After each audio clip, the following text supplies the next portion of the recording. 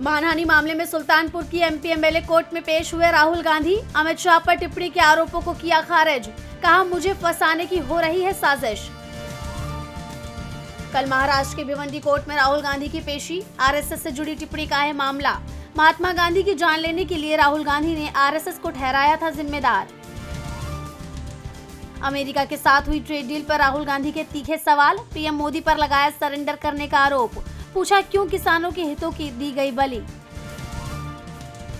अखिलेश यादव का मोदी सरकार पर बड़ा हमला, पूछा क्या डील ने लगा दी है मुंह पर सील। देश की संप्रभुता को गिरवी रखने का लगाया आरोप। बीजेपी के सीनियर नेता सुब्रमण्यम स्वामी का पीएम मोदी पर हमला, रिटायरमेंट की दी सलाह, कहा बीजेपी संघ में ईमानदार पीएम के कई विकल्प मौजूद। प्रियंका गांधी का असम दौरा, गौरव गोगोई को टारगेट करने पर जताई आपत्ति, कहा जनता के लिए काम करने वालों पर हो रहे हैं हमले।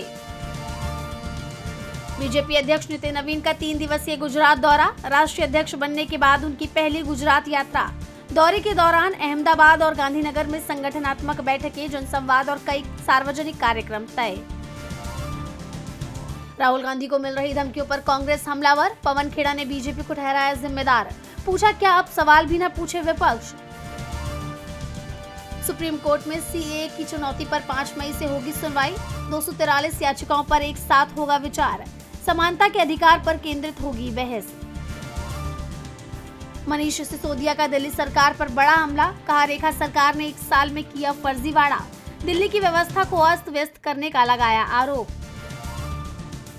डोनाल्ड ट्रंप की धमकी के बाद ईरान ने यूएन को लिखा खत, कहा टारगेट पर होगा अमेरिकी बेस, देंगे करारा जवाब। दोनों देशों के बीच नहीं थम रहा तनाव।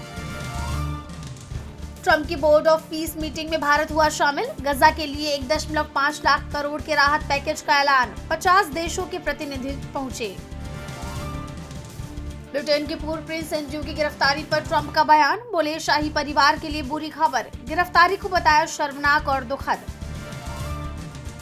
यूएस को बड़ा आर्थिक झटका, टैरिफ लगाने के बाद भी 901 अरब डॉलर का नुकसान। अमेरिकी वाणिज्य विभाग की ताजा रिपोर्ट में हुआ खुलासा। बांग्लादेश के पीएम बनते ही एक्शन मोड में आए तारिक रहमान। यूनूस के 100 से ज्यादा फैसलों पर चलाएंगे कैंची। शेख हसीना और भारत से जुड़े आदेश भी शामिल। एआई कंटेंट पर अथॉरिटी लेबल लगाना हुआ अनिवार्य। 3 घंटे के भीतर हटाने होंगे आपत्तिजनक पोस्ट। आज से देश भर में लागू हुए नए नियम।